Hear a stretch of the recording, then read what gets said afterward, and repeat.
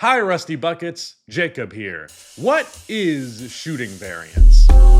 The Boston Celtics have lost 2 in a row to the New York Knicks at home, having had a 20-plus point lead in both games. A big catalyst in this catastrophe for Boston has been their three-point shooting. Many people are using the term shooting variance to write off Boston's poor start. The only reason they're in this hole is rather simply that they're missing shots that they'd normally make. But it's a lot more complicated than that. As important as shooting is in today's game, I don't feel like people fully understand it. Yes, a wide open shot is a wide open shot, but when you account for the mental effects of seeing so many shots missed before that, and then you account for the quality of the threes that Boston was getting for the most part, which, spoiler alert, they were bad, then it makes sense why they were missing those threes. People are going to sit there, well, that's how they play all the time, man. Live by the three, die by the three. What are you talking about? Watch the game. I don't care how many they listed. First of all, I know this for a fact because I've dived into this. The way the league or statisticians or people at the game that are doing the stats label contested, uncontested shots, I've got a massive disagreement about, because you pull up information and you're like, wait a second, that's not an uncontested shot. There's a big number of uncontested shots, and that's what the Celtics contingent and people that love the Celtics or that defend the Celtics are going to say today. Well, they're all uncontested threes. My ass. Not all threes are created equal, and in round one, the Orlando Magic displayed perfectly how to slow down Boston's three-point efficiency. The Knicks have since ran with that, and Boston, being a great team, has a chance to come back in this series, sure. But I think even somehow after game 2, people are grossly underrating how good New York's defense has been and how it has affected the result. This is way bigger than just a few missed threes. Hello everybody, welcome to Rusty Buckets. Subscribe to the channel and drop a like on this video, and check us out over on Spotify and Apple Podcasts if you would like to enjoy this as an audio-only experience. However, this is an episode that I would not recommend that because, frankly, not to toot my own horn here, but I do feel like this is the best video I have made on this channel in quite a good amount of time. I did the Vsauce parody because as I reread the intro, I just thought it was a little self-serious, like I'm an actually super smart person, and I'm not. But I do think there are a few myths about shooting, and specifically shooting variance, and it's something that I really wanted to talk about. Something else I really wanted to talk about over on my Little Rusty Buckets channel is how annoying the discourse in the NBA has been and how much of a bad mood it has put me in relative to how great everything else is. I want to make NBA spaces less toxic in general in any way that I can, so I'd appreciate it if you checked out that video. Will it change anything? No. Will it make me feel slightly better? No. With that said, the Boston Celtics offense in the 2024 playoffs were ranked 3rd in offensive rating. As of today, Thursday, May 8th, they are currently ranked 10th in offense out of all of the playoff teams. They have not been the same team as last year. Now, why is that? Well, there's a lot of answers, but in today's video, rather than just being scatterbrained as I've been throughout all of round 2, I want to focus on what has been in New York's control. That's all that really matters that is in, well, anyone's control. Make any excuses you want. It doesn't matter. What I'm about to say is true. First of all, let's talk about how the Celtics and many NBA teams generate three-pointers. I know for a fact that there are websites that exist to get the percentages that are necessary, but I wanted to go just with an eye test, plus I'm not actually sure what's the right site for that, but I went back and I watched all 100 of the three-pointers that Boston has attempted in this series. I'm going to put a few examples on screen, 10 of the 100 threes that were taken. I'm going to use them as evidence for what I'm talking about, but I assure you I didn't fudge any numbers. I can't show you 100 three-pointers. I'm sorry, that's just not how it works. So rather than that, just to look at the examples and to chart the numbers. There's a couple of different important things to track. First of all, either every shot will fall into one of 4 categories of level of contested, either non-contested, lightly contested, solid to good contest, and a great contest. And I will also be tracking how many threes were assisted, came off of swing passes, came off of a drive and kick, came off of an offensive rebound, off of a double team, and how many of them were off of the dribble. as well as if the shots were in transition, semi transition, or the half court. With all of that said, what I quickly came to discover when reviewing Game 1's three-pointers in this series is that the problem wasn't necessarily Boston's threes being unassisted, so much as it was the fact that the assisted attempts they were getting were not actually clean looks. Most, like practically all, maybe 10, 5 of them max, were threes that technically would have been an assist if the game went in, if the shot went in, but they were well contested late in the shot clock. Many of them, quite a substantial amount of feet behind the line. And most importantly, they weren't a product of Boston getting the defense in rotation. For those who are unfamiliar with that term, rather simply, it just means to get the defense moving. When players are moving, they don't have the energy to just sit there, obviously. They can't camp out in certain spots of the floor. And the more they're moving, the more mistakes they're going to make. Getting the defense in rotation makes them leave somebody open. And for Boston, their bread and butter has been use your personnel from there to make the right pass. Break down the defense, have someone else make the right decision, and you have a bunch of good shooters. Yet, in game 1, I counted a total of 12 of their three-point attempts that were off of a drive and kick or a swing pass. That is just 20% of their overall attempts. This is why they miss so many threes. And also, I will say this, they shot 4 of 12 on those swing passes and drive and kicks, which isn't very good, but it is better than where they shot from everywhere else, besides for also, they shot 33% on offensive rebounds as well, but there were only 6 such opportunities for them.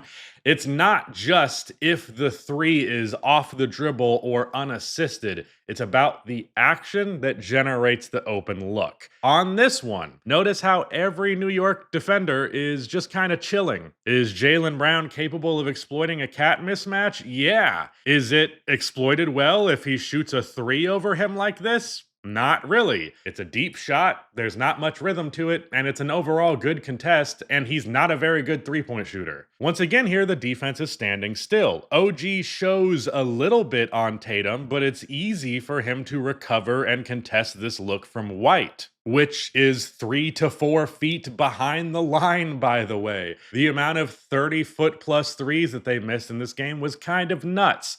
They were also locked into the half court. They literally had 2 three-point attempts the whole game come in transition. They hit 1 of 2 of them. They hit 3 of their 12 shots in semi-transition and 10 of 46 in the half court. Now, while I do highlight these bad assisted attempts, I don't want you to get it twisted. They had 30 of their 63 pointers assisted. That's 50%, which is 29.4% less than their regular season average assisted percentage. And they shot just 16% on their off the dribble pull up 3-point attempts. So if that's half of your shot diet, like, yeah, yikes, that's a problem. But I don't want to demonize the pull-up three. I'm not doing the they settled for threes too much shit, because pull-up threes have their place. They are a huge part of Boston's offense. However, they're not supposed to be as big as they have been. Like this play right here, Derek White is as open gets. Off the dribble or not, this is a wide open shot in rhythm. Unfortunately, it just doesn't go in. But the off the dribble attempts they were getting were largely bad. Much was made of Tatum's pull-up slash side steps in this game, and for good reason.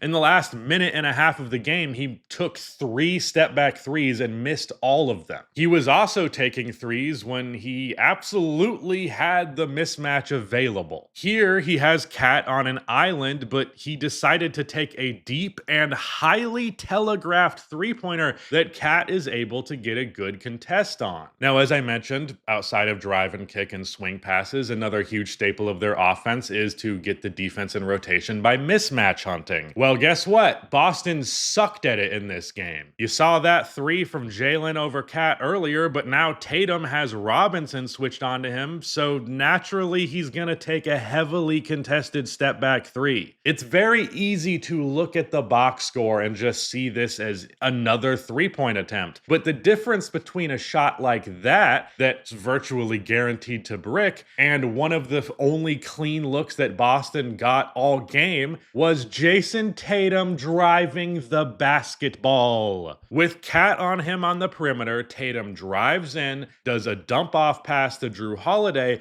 which causes Bridges to rotate over to stop the layup, and then Holiday finds White in the corner. This is one of the 2 threes that they made in the fourth quarter. The only other make being a semi-transition catch and shoot from Holiday that was wide open after Tatum had drawn the defense's attention. We also need to give credit to New York's defense. I think New York's defense has arguably been better than the Celtics have been dumb, and I think it's a little insulting that the conversation has strictly been about how dumb Boston has been. Because of the 63s they put up in this game, 9 of them were wide open. Only 9 shots was there not a defender really anywhere in the vicinity. After the way some Celtics fans were talking after game 1, you would think that they missed 30 open 3-pointers. But no, almost no shot didn't get at least a decent contest. 66% of their threes were either solidly to greatly contested. That is a hard hurdle to get over. They hit 11 of those 41 contested shots, which is just 27%. The Knicks switched constantly, and they did so with near flawless execution. Not only was Boston bad at taking advantage of the mismatches when they were available to them, but the Knicks also did a great job of hiding their mismatch despite the fact that they were doing switch everything. If you're going to switch everything, you're obviously going to create mismatches unless you, just switch again. Here, Tatum has Brunson on the switch on the screen, but Brunson is able to bump Tatum off of him to make him just take one more second longer to dribble into and load up the shot, all while OG switches over and gets a great contest. So in game 1, Boston did a terrible job of generating clean looks. Yes, some of them could have gone in, but if your process is generating shots this bad, you don't get a pass on shooting poorly. The poor shooting is a direct result of the poor processing from them. I'm not one to get caught up in the mental side of the game, and I'm also not one to do the body language thing. However, if you've played basketball at all, you know that if you miss 4 shots, good or bad, even if you get an open one after that, it starts to feel like less like an easy opportunity you're going to capitalize on and more like, fuck, I better not miss this because I haven't been getting clean looks all day. And you could kind of tell by the body language of the team when the shots were open. Like, they didn't believe they were going to go in because, like, after shooting negative 40% from 3 or whatever the fuck, you start to think the ball just simply can't go in. Suddenly, good looks are just blown opportunities. But in game 2, Boston did take a noticeable change in their approach. And they made a point to drive the ball more, attack defenders and mismatches more, and generate cleaner looks. And they did that really well, all things considered, until the fourth quarter. Now, they absolutely sucked shooting the ball in the first half. That is true. They went 5 for 21, but their process looked much better. Only 4 of those 21 3-point attempts weren't assisted looks, and they got in transition more. 4 in transition and 5 from semi-transition. That is 9 of your 21 threes coming out in your early shot clock before the defense gets set. Here, it's a 5v4. Holiday is patient. He waits for the defense to get set in semi-transition, but leave White wide open, and he hits him right in stride in the pocket for a 3-pointer. Now, Boston missed a lot even still, but their process was better, and subsequently the shot quality was much better. They got 9 completely uncontested threes in the first half, 9 completely wide open ones, which if you remember, they had 9 in total in game 1 on 20 more attempts. Actually, 40 more attempts when I'm just talking about the first half. 39 more attempts. Good God. As a result of this, I was feeling at the time like I was anticipating that they're going to get the win in the end. And that anticipation only grew to be more the case in the third. At that point, my gut was telling me that they were going to win because for the first time in the series ever, for the first time, the only quarter out of 8 thus far where they have shot over 30% from 3 in the quarter. What a revolutionary concept. 3 for 8 from outside, which is 37%, and all 3 of those makes were assisted. So I just felt like they had it at that point. They started to find their rhythm. The Celtics of old are here. But then terror struck in the fourth quarter. They shot 2 for 11, one a wide open 3 in transition, and the other a drive and kick from Holiday, that being the ones that they make. And what really stood out to me in this fourth quarter, something that has been present the whole series, but they did really well in this quarter, was just how excellently they managed their rotations, how excellently they balance showing a little bit to make the, Jaylen Brown and Jason Tatum get uncomfortable ISOing so much that they pass it up, but they're still close enough to recover strong on whatever shooter they're lightly helping off of, which essentially ends up baiting both the ball handler and the shooter into settling for a worse look. The ball handler could do something better if he was more aggressive, and the shooter could get a cleaner look if that happened. Right here, if Tatum just takes one dribble into the line, Hart will have to commit to defending him or Derek White, but he doesn't. Instead, he neither attacks nor does he generate a good look. The success of this was primarily due to their personnel just being on point, but it was also exploiting the inflexibility that Jason Tatum and Jaylen Brown have as creators, an inflexibility that didn't bite them in the past, but is sure as hell biting them here. Coming off of this screen, Tatum could drive inside once again, and once again force Josh Hart to commit, but he picks up his dribble before he turns the corner. Hart starts rotating over to contest Brown before the ball has even reached Jaylen's hands. As I mentioned earlier on the OG Brunson double switch, New York isn't being dumb with hard committing to the switching. They aren't allowing mismatches with no resistance. Right here is a huge opportunity because Jaylen Brown is on Jalen Brunson and he's fronting him in the post, which means that Holiday could lob it in there. But because Mikal Bridges is lurking, there's a chance he can pick off the pass and there's a chance he can block whatever shot. So instead, we get a cross-court pass. Again, we see a situation where decisiveness and commitment to a play would result in a better look. Holiday can probably make this pass without turning it over, and Brown can probably catch it. If that happens, Bridges would have to commit to a double team, and Derek White would be wide open. Instead, Bridges realizes where the ball is going immediately after it leaves Holiday's fingertips, and it's a cross-court pass, so it takes a while, and Bridges ends up making a phenomenal contest. That's not a good look. Yeah, it's an assisted shot. It's not a good one, though. I said going into the series that Orlando introduced a blueprint with the switch everything, minimal help approach on defense. I was told by many that I was crazy for comparing them to New York and that they could never replicate such a defensive scheme because look at their personnel. Jalen Brunson and Cat are going to get cooked. Well, they didn't. So what now? What about that? Of the 100 threes that they took over 2 games, 3. And I want you to really think about how fucking low this number is. On 100 threes for this Boston Celtics team, 3 of them were generated off of double teams. 3 of those shots were opened because the Knicks doubled somebody. 3! The defense collapsed to bring 2 to the ball and gave up an open look 3 fucking times. 3! That's defense, baby. That's what we need to give the Knicks credit for. I didn't believe in this team. Hell, I picked them to lose to the Detroit Pistons, which has aged horribly. But going into this, I knew that New York held Boston to their lowest three-point assisted percentage of any team this year. And I figured the Knicks would take Orlando's approach and interrupt their flow of things, and I thought Boston might struggle on offense and from three as a result. But god damn, did I not think New York could mess with them this much. They have gotten in their head and then some. Like, yeah, Boston's folding, like making bad decisions, choking up and down the court. Sure, absolutely. But it's really easy to choke when you are being strangled. Okay, can we talk about how great of a line that is? Because I was proud of it. I thought that was good. But seriously, OG, Bridges, and Hart have all been excellent defensively. Their hyper switchability is devastating to their wings.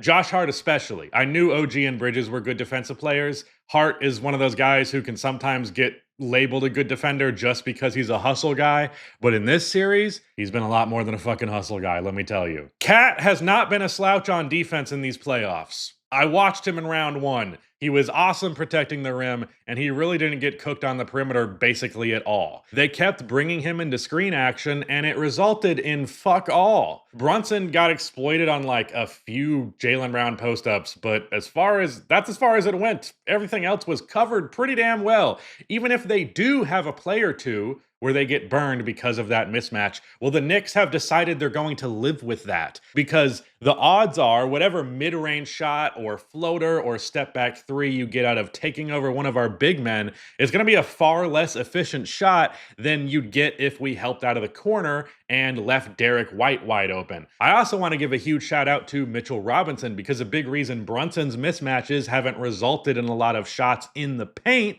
is because Mitchell has just completely shut the paint out of the equation. And not only that, he's done a great job on the perimeter. Like, he's not a fast-footed big. He's definitely a more lumbering big guy. But he has a long wingspan and he knows to play high on the screen, and it's been phenomenal. Like, a lot of dudes thought they could shoot over him and they could not. Overall, Boston improved in terms of their shot quality in game two. Reducing the volume by 23s helped a lot, and after having just 50% of their attempts assisted in game one, they bumped that up to 71% in this one, which is much closer to their regular season average. They had 5 drive-and kicks instead of 2. It's not as much as you'd like, but it's an improvement. They also had a much higher percentage of clean shots, as I mentioned.